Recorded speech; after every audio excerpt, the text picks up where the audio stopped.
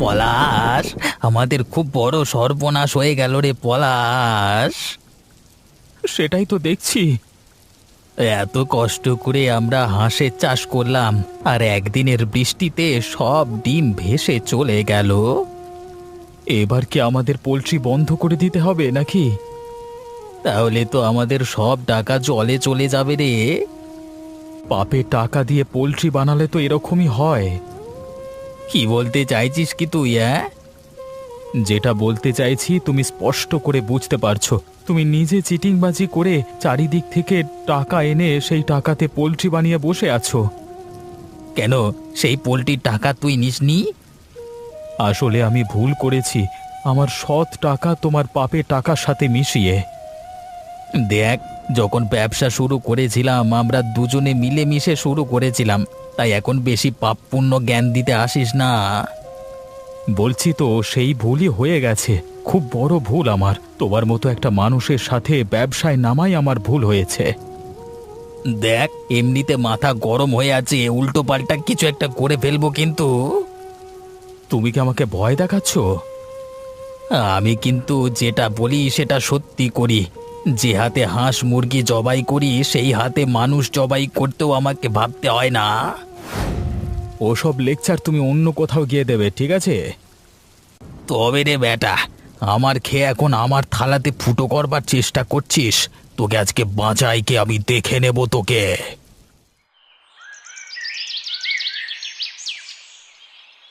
কি হয়েছে রে পূজা?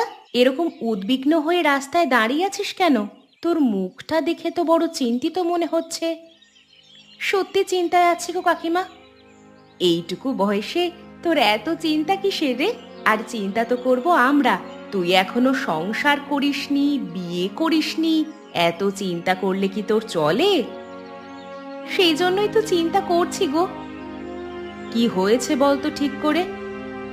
পলাশের সাথে আজ দেখা করার কথা ছিল, কিন্তু ও আসেনি। কখনো তো এরকম করে না ছেলেটা, তাই খুব চিন্তা হচ্ছে গো কাকিমা। হয়তো কোনো কাজে আটকে গেছে দেখ। যদি সত্যি কোনো কাজে আটকে যেত তাহলে আমাকে নিশ্চয়ই জানাতো। আর ওর জীবন যে কোনো কাজের থেকে বেশি গুরুত্বপূর্ণ সেটা আমি জানি খুব ভালো করে। তাই ও কোনো কাজে আটকে গিয়ে আমার সঙ্গে দেখা করতে আসবে না, এটা হতে পারে না। তাহলে তুই কি কোনো বিপদ আপদের সন্দেহ করছিস? কি করে বলি বলো তো, আজকালকার দিন তো একদম ভালো নয়। তুই একদম চিন্তা করিস না রে পূজা। পলাশ যথেষ্ট বড় এবং দায়িত্ববান ছেলে। ও যেখানে আছে নিশ্চয়ই ফিরে আসবে। তবু তোমরা ওকে একটু লক্ষ্য রেখো, যদি কোথাও দেখতে পাও ওকে জানিও যে আমি ওর জন্য অপেক্ষা করছি। ঠিক আছে, তুই এখন বাড়ি যা। পলাশের সঙ্গে যোগাযোগ করার ব্যবস্থা আমি করছি।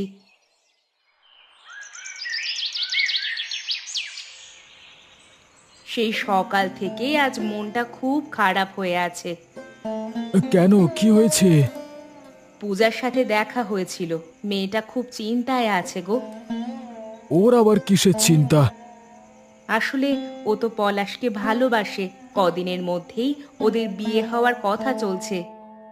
তার মধ্যে কিছু ঝামেলা হলো নাকি? আসলে আজকে ওদের দেখা করার কথা ছিল, কিন্তু পলাশকে খুঁজে পাওয়া যাচ্ছে না গ্রামে। দেখা করতেও সে আসেনি। কখনো ছেলেটা এরকম করে না তো, তাই চিন্তায় আছে খুব। তাহলে তো একবার খোঁজ নিতে হচ্ছে পলাশের। আমি তোমাকে সেটাই বলবো ভাবছিলাম। ভালো করে খোঁজ নাও তো, কোথায় গেল ছেলেটা? জলজ্যান্ত একটা ছেলে, উড়ে যাবে নাকি? এইদিকে বর্ষায় চারিদিক ভেসে গেছে, কোথায় খোঁজ করব তাই ভাবছি। তোমার তো নৌকো আছে, ওই নৌকাটা নিয়ে একটু দেখো না যদি পাও। ঠিক আছে, তুমি ওকে চিন্তা করতে মানা করো, আমি নিশ্চয়ই খুঁজে দেখব। ঠিক আছে, তবে যতক্ষণ না সুস্থ শরীরে পাওয়া যাচ্ছে ততক্ষণ চিন্তা যাবে না। দেখা যাক কি হয়, সবই ওপরওয়ালার কৃপা। তুমি তাড়াতাড়ি ঘুমিয়ে পড়ো। কি আর করা যাবে, অনেক রাত হয়েছে, তুমিও ঘুমিয়ে পড়ো।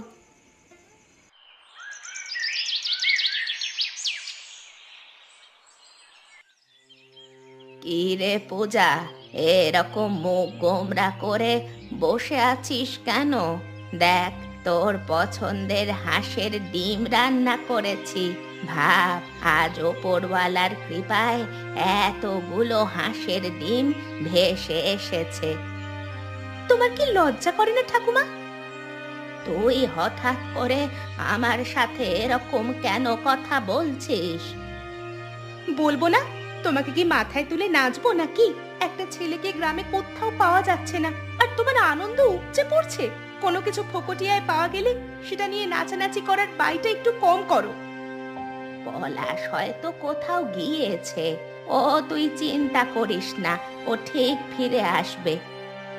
এটা বলতে তোমার লজ্জা করে না? দুদিন পর তোমার ঘরের জামাই হওয়ার কথা ছিল ওর, আর এখন তুমি এরকম একটা অবস্থায় তাকে নিয়ে চিন্তা পর্যন্ত করছো না? কোথা থেকে ডিম ভেসে এসেছে সেই নিয়ে মেতে আছো? তুই একবার ভেবে দেখ পূজা, আমরা ভালো করে খেতে পারি না, আর যদি ওপরওয়ালার কৃপায় কিছু ভালো জিনিস আমাদের কাছে যেচে আসে, তাহলে কি আমরা ফেলে দিতে পারি? তুমি যা করার হয় করো, আমাকে আমার মতো থাকতে দাও। যতক্ষণ না ওই মানুষটার খোঁজ পাওয়া যায়, ততক্ষণ আমি কোনো রকম আনন্দ করতে পারবো না। দেখ, মন তো আমারও খারাপ, কিন্তু তা বলে তো আর বসে থাকতে পারি না রে। তাহলে তুমি তোমার যা ইচ্ছা হয় করো। আমার এখন শুধুমাত্র একটাই লক্ষ্য, ওকে খুঁজে পাওয়া। এটা তুমি জেনে রাখো। আর তোমার কাছে আমার এইটুকু অনুরোধ যে এই কটা দিন একটু আনন্দটা কম করো।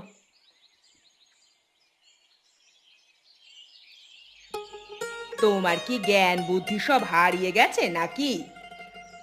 আরে বাবা, আবার কি হলো? আমার এমনিতে ভালো লাগছে না। ভালো লাগছে না বললে তো আর হবে না। নিজে যখন কাণ্ডটা পাকিয়েছো, তখন নিজে একটু চোখ খুলে দেখো চারপাশে কি হচ্ছে। কেন, কি হলো আবার? এই যে ঘরের টাকাগুলো বের করে নিয়ে গিয়ে হাঁসের পোল্ট্রি খুললে, এখন তো সব জলে ভেসে লোকের বাড়ি চলে গেল। একবার বাইরে বেরিয়ে দেখো, সবার ঘর থেকে ডিমের ঝোলের গন্ধ আসছে। এই বর্ষার দিনে সবাই ফকটিয়ায় ডিম খাচ্ছে। কি করব বলো, কপালটাই আমার খারাপ। কপাল খারাপ বলে মাথায় হাত দিয়ে বসে থাকলে তো আর হবে না। যাদের যাদের বাড়িতে ডিম হচ্ছে, তাদের কাছে গিয়ে টাকা চাও। বলো যে ডিম ভেসে এসেছে বলে আনন্দ করে শুধু গিললে তো আর হবে না। ডিমগুলো কারোর বাপের নয়, ডিমগুলো আমাদের কষ্টের টাকা। আমি বললেই সবাই শুনবে বলে বসে আছে। এই যে তুমি সবাইকে বড় মুখ করে বলে বেড়াও, আমার নাম খগেন, আমি অমুক করতে পারি তমুক করতে পারি। সামান্য এই কাজটা করতে পারো না? ঠিক আছে, আমি আজকে সবার ডিম খাওয়া বার করছি, তুমি দেখো শুধু আজকে আমি কি করতে পারি। হ্যাঁ হ্যাঁ, সেটাই করো। যত তাড়াতাড়ি সম্ভব করো, আর আমাকে উদ্ধার করো।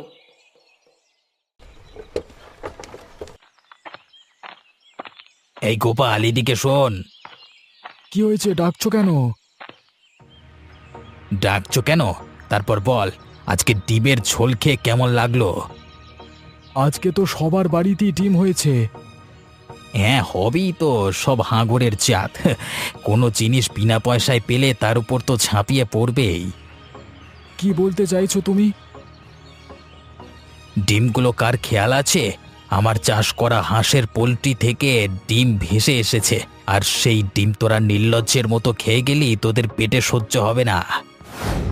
দেখো, বেশি কথা বলো না, তোমার কথা আমার সহ্য হচ্ছে না।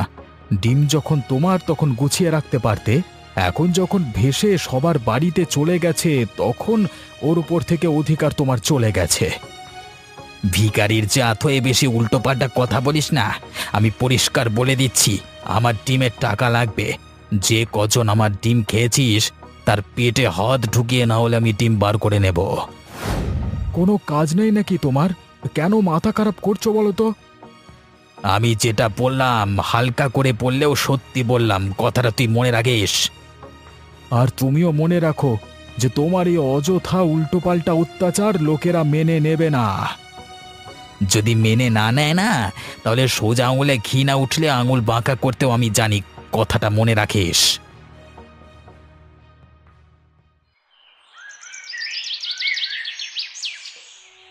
এক ভয়ানক দুঃখের খবর আছে।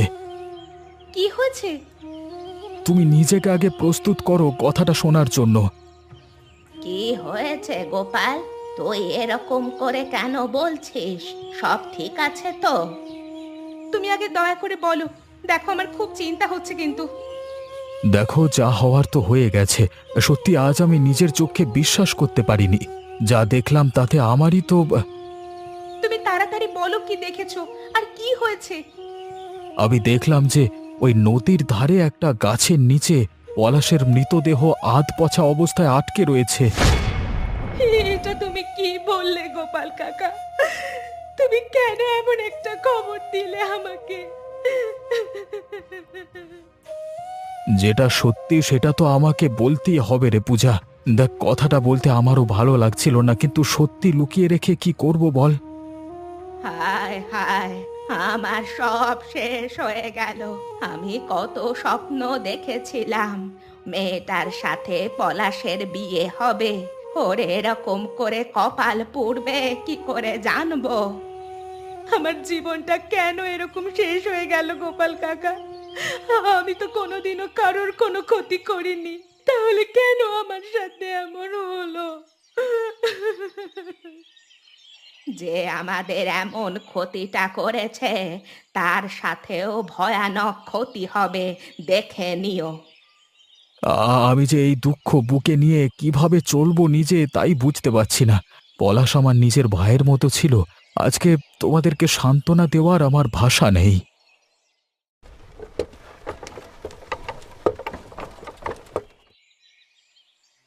এই বিষয়টা আমাদেরই খুঁজে বের করতেই হবে যে পলাশের এত বড় ক্ষতিটা কে করলো। যতক্ষণ না পলাশকে যে খুন করেছে তাকে শাস্তি দিতে পারছি, ততক্ষণ আমার শান্তি নেই। আমি তো কিছুই বুঝতে পারছি না। ওকে ওরকম অবস্থায় দেখবার পর থেকে কিছুই মাথায় আসছে না আমার। দেখো গোপাল কাকা, আমার কিন্তু একটা সন্দেহ হচ্ছে। কিসের সন্দেহ বলো তো? ওই খগেন লোকটার ওপর আমার ভীষণ সন্দেহ হয়। কিন্তু খগেন কেন করবে এরকম বলো তো? করবে, তার কারণ হচ্ছে কিছুদিন ধরেই খগেনের উল্টোপাল্টা কাজ মেনে নিতে পারছিল না। আসলে চিটিংবাজি সহ্য করতে পারতো না ও, তাই মানুষের সাথে খগেন যে এরকম ব্যবহার করে সেগুলো নিয়ে ওর ছিল বরাবরের রাগ। এসব কথা কি তোমাকে পলাশ বলতো? হ্যাঁ, দেখা হলেই বলতো, আর সঙ্গেও বলেছিল যে খগেন হয়তো ওর অপকর্মের জন্য শাস্তিও পাবে। শাস্তি তো পেয়েছে, তবে সব ডিম জলে ভেসে গেছে। আর হয়তো সেই রাগেই কথা কাটাকাটির জেরে পলাশের এই অবস্থা করেছে। কথাটা তুই খারাপ বলিসনি, কিন্তু কথাটা আমরা প্রমাণ করতে পারবো না রে। সব কাজ আমাদের প্রমাণ করতে হবে নাকি? ওপরওয়ালার ওপর ভরসা রাখো। দেখো, আমি অভিশাপ দিচ্ছি, যদি খগেন এরকম কাজ করে থাকে তাহলে ওর রাস্তার কুকুরের মতো মৃত্যু হবে।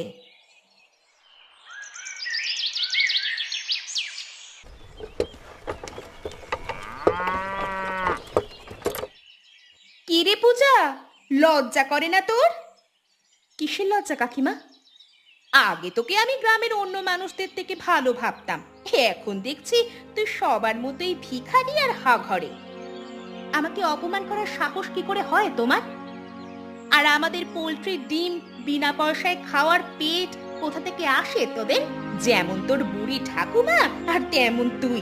লজ্জা করে না তোদের? তোমাদের ডিম তোমরা সামলে রাখতেই পারতে। আর শুনে রাখো, একটা স্পষ্ট কথা শুনে রাখো, ওই ডিম আমি দাঁতে কেটেও দেখিনি, সুতরাং আমার সামনে এসব কথা একদম বলতে আসবে না। কত নাটক দেখবো তোদের, তোদের বাড়ি থেকেই তো সেদিন ডিমের গন্ধ আসছিল। কিন্তু আমি না ওসব খাইনি, আমার এমনি মন ভালো নেই পলাশ মারা গেছে বলে। হ্যাঁ, তুই তো দুদিন পর ওর ঘরে গিয়ে উঠতিস, বড্ড পীড়িত হয়েছিল না তোদের? এবার দেখ দেখ মজা। দেখো দেখো, আমার মাথা গরম করিও না কাকিমা। আমি যদি জানতে পারি যে সত্যি খুনি কে, তাহলে কিন্তু তাকে আমি এমনি এমনি ছেড়ে দেব না। কত ভালো চরিত্রের মানুষ ছিল পলাশ, সেটা আমার জানা আছে। দেখো, হয়তো মদ খেয়ে জলের মধ্যে পড়ে মারা গেছে। মুখ সামলে কথা বলো, ওর নামে যদি আর একটাও কথা বলো তাহলে কিন্তু তোমাদের ভালো হবে না। কে কার ভালো করে সেটা দেখে নেব, কিন্তু আমি খগেন কাকার মতো অত ভালো নই, বুঝেছিস? আমি যেটা বলি সেটা করে ছাড়ি। খগেন কাকা কত ভালো মানুষ সেটা আমার জানা রয়েছে। বেশি মুখ লাগাতে আসিস না আমার সাথে। মুখ লাগালে কি করবে তুমি সেটা তোকে হাড়ে হাড়ে বুঝিয়ে দেব। আগে নিজের ঘর সামলাও, তারপর আমার পিছনে লাগবে।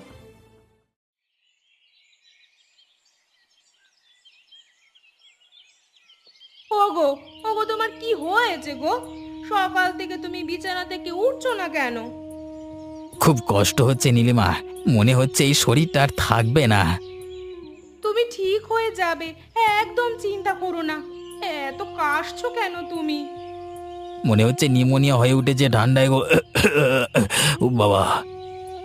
সারাক্ষণ বৃষ্টির জলে ভিজে ভিজে কাজ করলে এরকমই হবে। আমি বলেছিলাম শরীরকে একটু বিশ্রাম দাও। বিশ্রাম নেওয়ার মতো অবস্থা থাকলে নিশ্চয়ই নিদাম। তাহলে এখন যে শরীরটা খারাপ হয়ে গেল, এবারে কি করবে? জানি না কি করব, একটা ডাক্তারের ব্যবস্থা তো করতে পারো। ডাক্তার ডাকতে তো আমি যাব, কিন্তু এই বৃষ্টির দিনে বন্যার সময় কোনো ডাক্তার পাওয়া যাবে বলো তো? আর গ্রামের মধ্যে ডাক্তার তো পাওয়াই যায় না এমনি সময়, জানোই তো। আর শহরে যাওয়া তো এখন একরকম অসম্ভব। তুমি চিন্তা করো না, আমি বিছানায় পড়ে পড়ে এমনি মরে যাব। ফালতু কথা রাখো, আমি দেখছি কি করা যায়। তুমি একদম চিন্তা করবে না। আশপাশে যদি কোনো কবিরাজ পাও তাহলে নিয়ে আসতে পারো। দেখছি, গ্রামের মানুষদের থেকে খোঁজ খবর নিচ্ছি। আমি এক্ষুনি বেরোচ্ছি। তুমি শুধু নিজেকে একটু শান্ত করে রাখো। চেষ্টা করব, তবে তুমি তাড়াতাড়ি ফিরে এসো, তোমাকে দেখলে একটু সাহস পাই মনে। কি হয়েছে? তুমি আমার দরজায় এসেছো কেন? এসেছি বড় বিপদে পড়ে গো। আমার খুব বিপদ, আমাকে একটু সাহায্য করো। এমনিতে তো কারোর কথা মনে পড়ে না তোমার, সবাইকে দেখলে তো খুব ভালো ভালো কথা শোনাতে জানো তুমি। আর এখন বিপদে পড়ে আমাদের কাছে আসা হয়েছে সাহায্যের জন্য। তা কি সাহায্য চাই তোমার? বিষ দেবো, একটু খাবে? খগেনের খুব শরীর খারাপ গো, কিছু একটা ব্যবস্থা করো তুমি, না হলে যে লোকটা মারা যাবে আমার চোখের সামনে। আর কত মানুষ যে খগেনের জন্য মরেছে তার বেলা, সেগুলো কিছু নয়। আমি জানি ওই লোকটা অনেক অপরাধ করেছে, কিন্তু এভাবে তো মরে যেতে দেওয়া যায় না। কি হয়েছে তার? এই বৃষ্টিতে ভিজে ভিজে নিউমোনিয়া হয়েছে, খুব কাশছে, ভয়ানক কষ্টে আছে, বলছে মরে যাবে। তাহলে ডাক্তারের কাছে যাও। আমি কি ডাক্তার নাকি? তাহলে ডাক্তারের কাছে না গিয়ে আমার কাছে এসেছো কেন? ওগো ওগো, একটু বোঝবার চেষ্টা করো। এই বৃষ্টি বাদলার দিনে বন্যার অবস্থায় কোনো ডাক্তার কি আসবে? আর এমনিতেও আমাদের গ্রামে ডাক্তার নেই। তোমার কি মনে হয় সেই শহর থেকে এত দূরে কোনো ডাক্তার আসবে এই অবেলায়? তাহলে কি করবে আমি কি করে জানবো? তুমি একবার খোঁজ দাও না, গ্রামে যদি কোনো ভালো কবিরাজ থেকে থাকে তো। আছে একজন, তবে তার সাথে তুমি নিজেই শত্রুতা করে রেখেছো। কে সেটা? তুমি শুধু একবার নাম বলো, আমি তার পায়ে ধরে ডেকে আনবো। তাহলে যাও পূজার কাছে, দেখো সে যদি দয়া করে তাহলে তোমার উদ্ধার হতে পারে। পূজা কবিরাজি জানে? ওর ঠাকুমাকে এত বয়সে এত বিপদ আপদ থেকে তো ওই বাঁচিয়ে রেখেছে। তাহলে খগেনকেও বাঁচাতে পারবে। আমি এক্ষুনি যাচ্ছি। তুমি যেরকম ব্যবহার করে রেখেছো ওর সাথে, এখন দেখো কতটা কি হয়। আমি গিয়ে ওর হাতে পায়ে ধরে ওকে রাজি করাবো, তুমি দেখো। পাপের শাস্তি একদিন সবাই পায়, সেটা বোঝার সময় এবার তোমার এসেছে।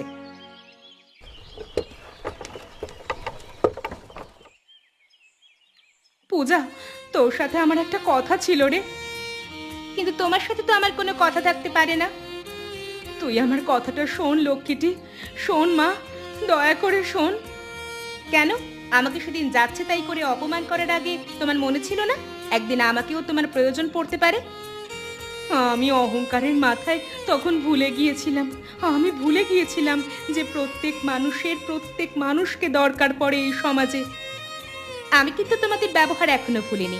আমি এখনো জানতে পারিনি যে পলাশকে কে খুন করেছে, তাই তোমার কোনো কথা শোনা আমার পক্ষে সম্ভব নয়।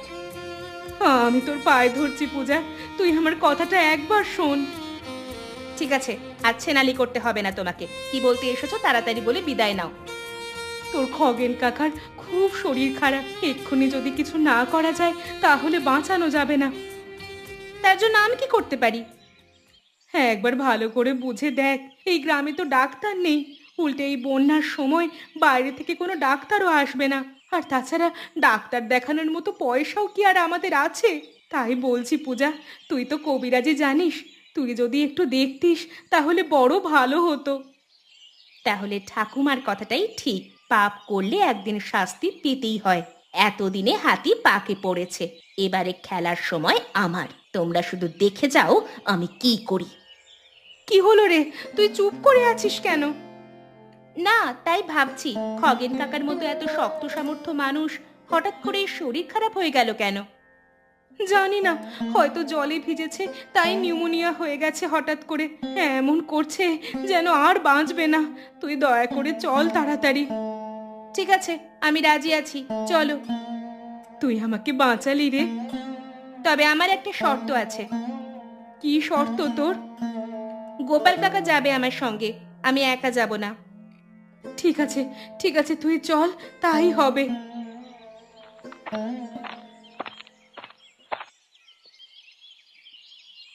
পূজা, তুই এসেছিস, আমাকে একটু সারিয়ে দে না। শুনেছি তুই কবিরাজি জানিস, আমাকে কোনো ওষুধ দিয়ে একটু সুস্থ করে তোল, না হলে যে আর আমি এই কষ্ট সহ্য করতে পারছি না। মনে হচ্ছে এবার মরেই যাব। তোমাকে তো আমি এমনি এমনি ওষুধ দেব না, ওষুধ দেব একটা শর্তে। তাড়াতাড়ি বল, কি শর্ত?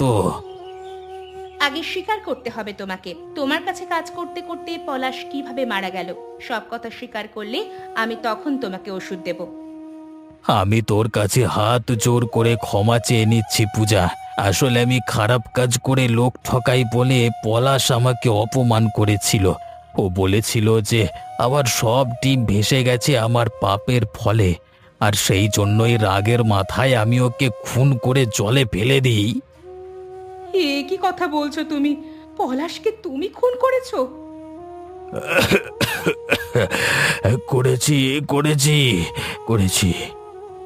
তাহলে এবার তুমি তোমার পাপের ফল ভোগ করো, আমি আর তোমাকে কোনো ওষুধ দেব না।